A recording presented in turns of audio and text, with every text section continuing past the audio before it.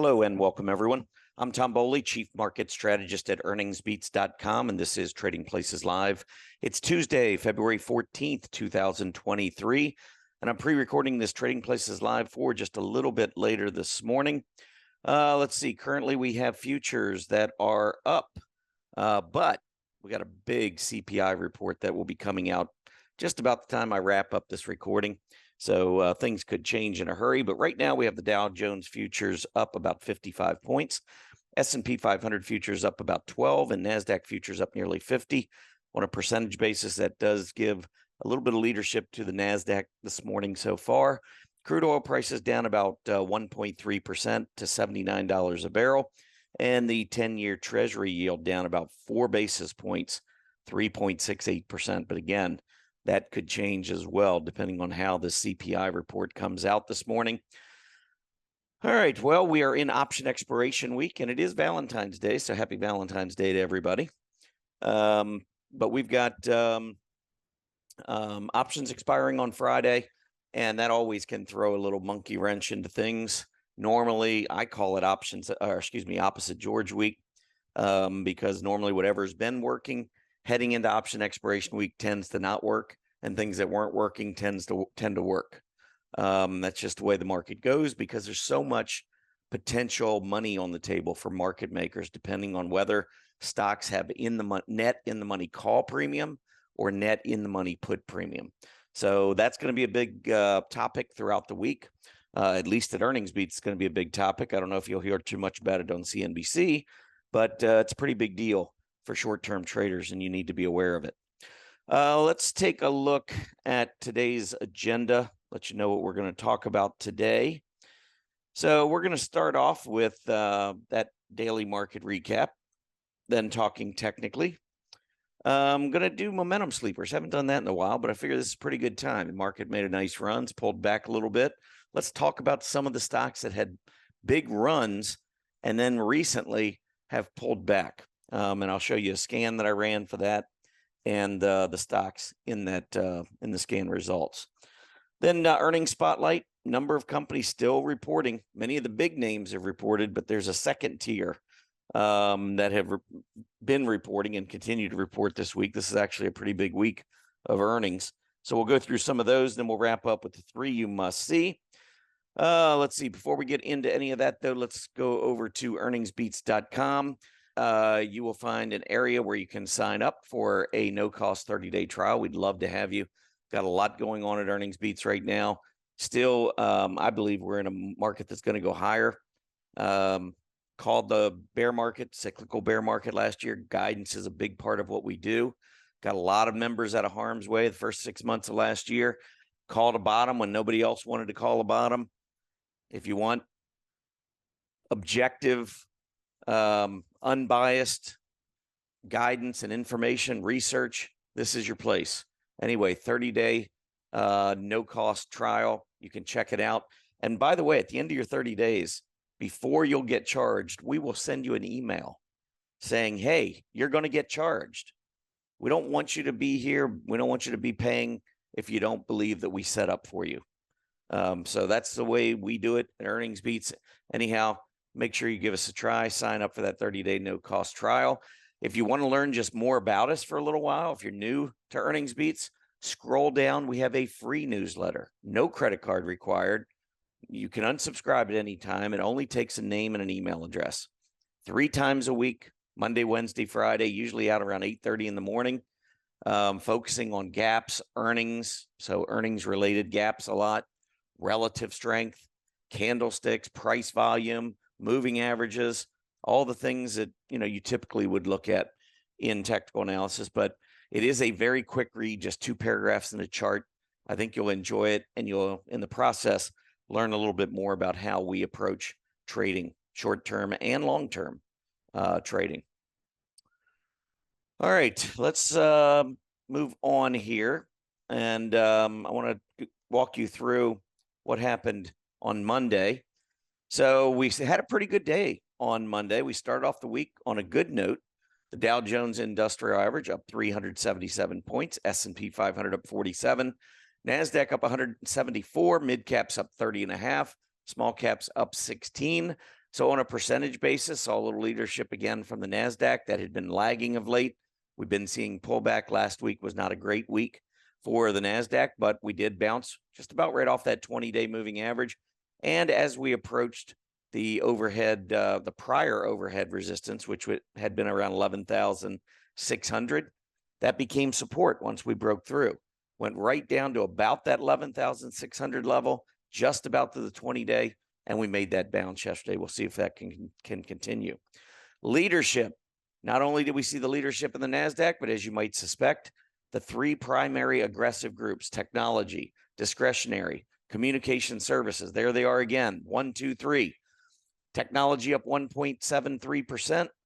Discretionary and communication services in that 1.4 to 1.5% range. Financials, another aggressive group, up 1.15%. So really good leadership yesterday. The only sector losing ground yesterday, energy. Energy down about 0.25%. Continues to consolidate. As I've pointed out recently, I believe it's in a very bullish ascending triangle pattern.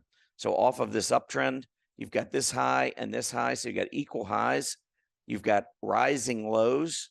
So after going higher, what an ascending triangle is it's a continuation pattern. You need to have a prior trend that you want to continue. Here is the trend. There's your uptrend. Here is your sideways consolidation. This is your continuation pattern. A breakout above 93, 94 sends this up to about 104, 105. And you get that measurement by taking the top, which is around 93 to 94, measuring down to the bottom, which is about 82. That gives you 11, 12 points. You break out 93, 94. Where does that take you? Right up to about that 104, 105 level. So that's what I'm watching here with energy. Even though it's weak, or was weak yesterday, it is in what I consider to be a very bullish pattern right now. All right, 10-year Treasury yield. So this morning, we're going to get the January CPI out. It will literally be coming out almost exactly when I end this recording. So by the time you hear this recording, by the time you're listening to this, you will already have the news. Looking at the 10-year Treasury yield, what I'm watching, and this is bond market could have a big move depending on what happens here. If the core CPI expected is 0.3%. Last month, December, the revised number is 0.4%. So we're expecting just a little bit of a drop. If that were to come in at, say, 0.4%, or maybe even 0.5%, or gasp 0.6%, you could see this 10-year Treasury yield really jump. And I'm watching 390 now as a closing resistance level for the yield. 390. We have essentially a double bottom. Here's a 340 low. Here are two 337 lows. In between was that high at 390. Double bottom with the high in between. That normally marks pretty significant resistance. So when we were down at 340 and we were starting to rise, I said it's okay to go through these moving averages, because when you sideways consolidate, it's okay to go up above and below moving averages during a consolidation period. And right now, that's what we're in. We're waiting for confirmation. Confirmation above 390 would suggest we're going back to those recent highs. That would not be good for equities, in my opinion. A failure to get back through 390 and rolling over and eventually taking out 337 would favor a move lower in the 10-year Treasury yield. So I think right now we're just in this range, 337 to 390. Which way do we go? I don't know, but we got a big report out this morning, January CPI, and that could send the 10-year Treasury yield significantly in one direction or the other. We shall see. All right. Let's look at the S&P 500. So let's just take a look, talking technically here. Just a quick look at the S&P 500. Not really a whole lot. So far, good news, though. I mean, we were trending up. We took out the double top here. We took out the high over here. That triple top, went through it. That was good. Volume was increasing. Awesome. The pullback, we did come back down a little bit below the breakout level, but held on to the rising 20-day, and yesterday bounced beautifully off of it.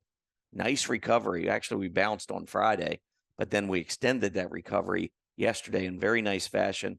Notice closing just about right on the high, about 1 point off of the high of the day. When you're strengthening in the afternoon, that normally is a good sign. Now, you could be strengthening within a extended downtrend, but in this case, I believe we're uptrending in the short term, and I believe we're uptrending in the long term. I think the secular bull market began off of that exhaustive gap in October. And by the way, that was another PPI. That was the CPI. That was the September CPI report right there, that big hollow candle. That was the last gasp for the bears, in my opinion. Everybody excited to the downside. All the bears really excited on that gap down. Very heavy volume and a massive reversal. And that bottom, in my opinion, marked the bottom. And I did say the bottom was in back in June, by the way. So for those of you who want to criticize and say, hey, you didn't call the bottom, technically you're right. I didn't call the bottom. I called it in June. We ended up trading lower. I think 5 trading days we closed below those lows. I think it was still a pretty good call. Anyhow, here we are in this uptrend. I believe we're now trending higher. I think this is a nice secular bull market. What would change my mind? Well, obviously, first, you're going to have to break the short-term uptrend before you can break a longer-term uptrend. But here we have higher high, higher low, higher high.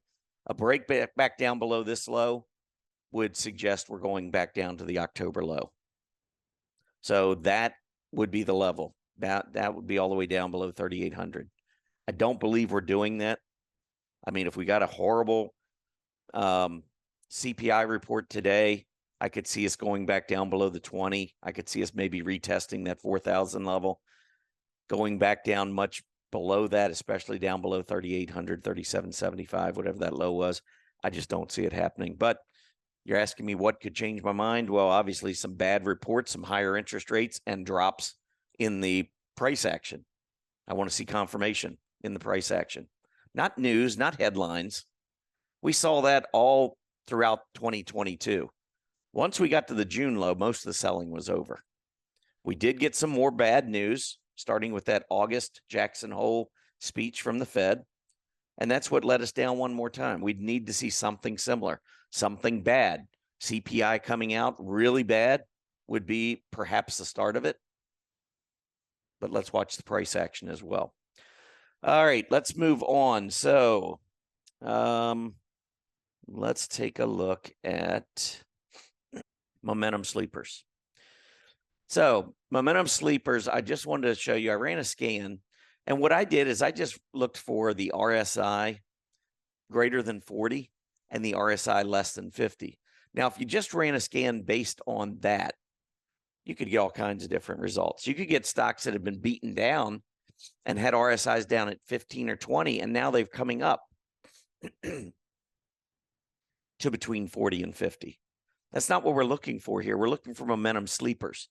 These are stocks that had previous momentum to the upside, but now have kind of gone to sleep, just kind of relaxing for a little while, sideways consolidating, if you will.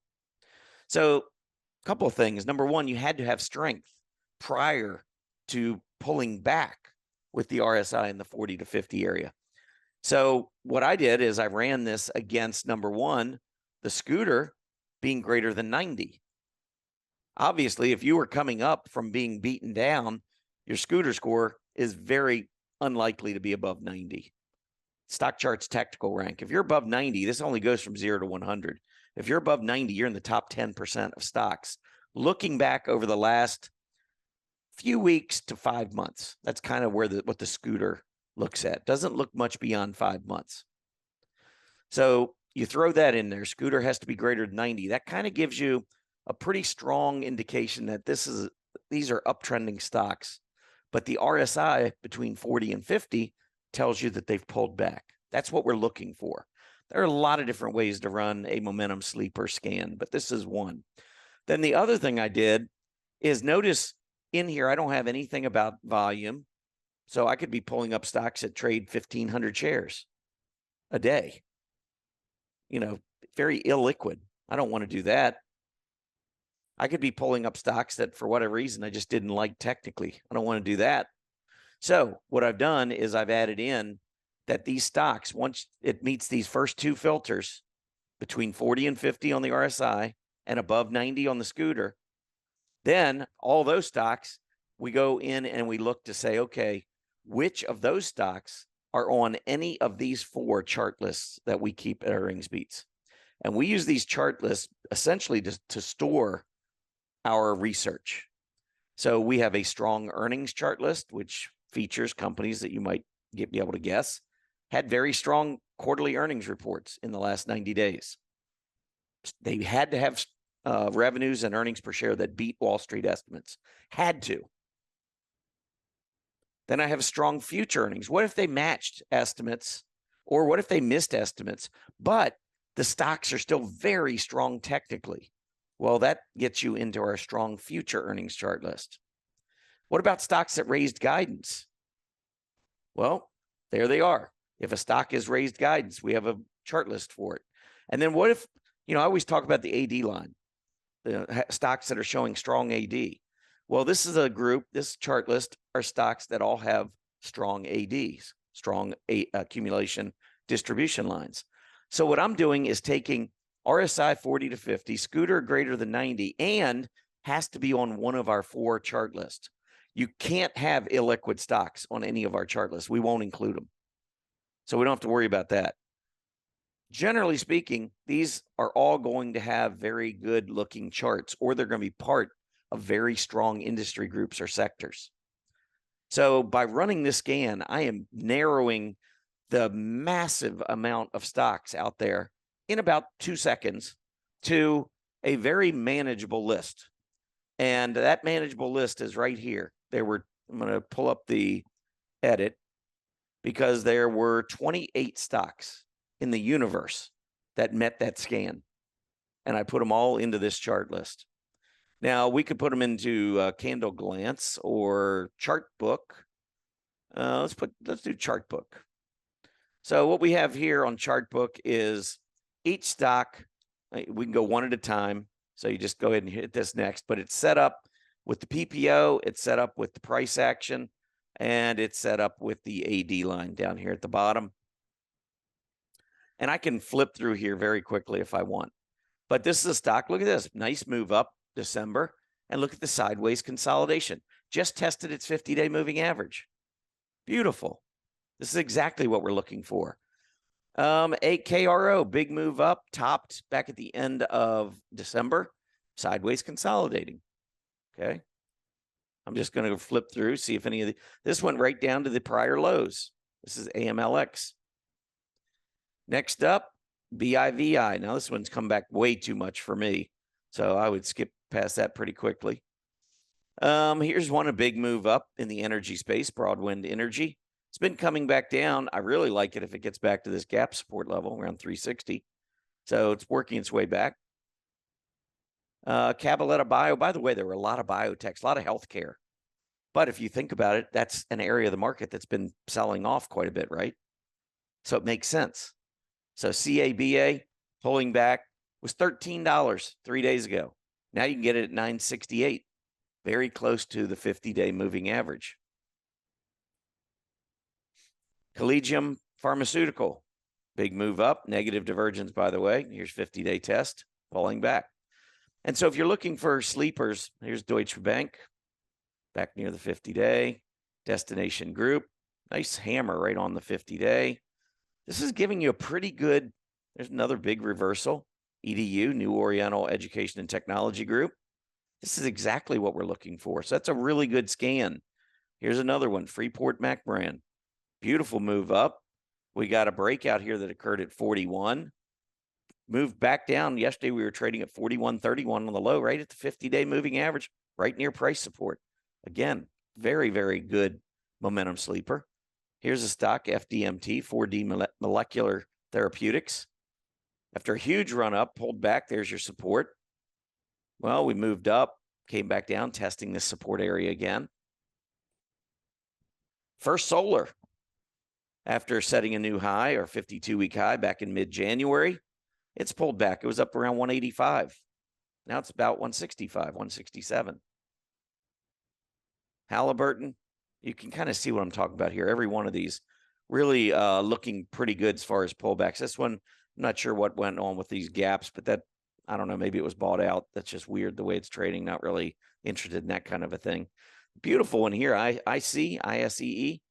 Look at these equal highs up here around 24 off of a huge uptrend. I'm seeing an ascending triangle here. I like the pattern. KLXE, this one maybe is just a little weak for my blood. I don't know, coming back down below that level. Did bounce back up. Now it's testing the moving averages from underneath. I don't know, that one maybe has me a little bit more concerned. This one, again, looking at that gap support level, that's where I'd be more interested there. MUX, that's McEwen Mining. Stock was almost 7.5, a little over a month ago. Now it's 598. 9 Energy. This was one of the hottest stocks in the market from October through early January. Hold on one second.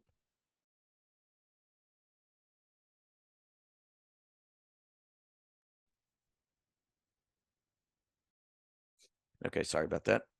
One of the hottest stocks over this 3 or 4 month period for sure. I mean, stock ran from 2 and change up to 17. It's pulled back, hit 10. Now, maybe it's just going to go right back down. But again, this is a stock that had tremendous momentum, certainly sleeping now. PCVX Vaxcyte, sideways consolidation. Prothena, same thing, sideways consolidation. Big support here to just over 50, and then it'd be even bigger if it were to get down to about 45. Or no, that looks like it's about 48, just above that 47.5 level. But this would be an interesting one if this stock were to get all the way back here after consolidating for months. QFIN, negative divergence, by the way, higher price, lower PPO. What I always say, and there's your reversing candle. This is what I look for to confirm a potential top on a stock that's trending higher.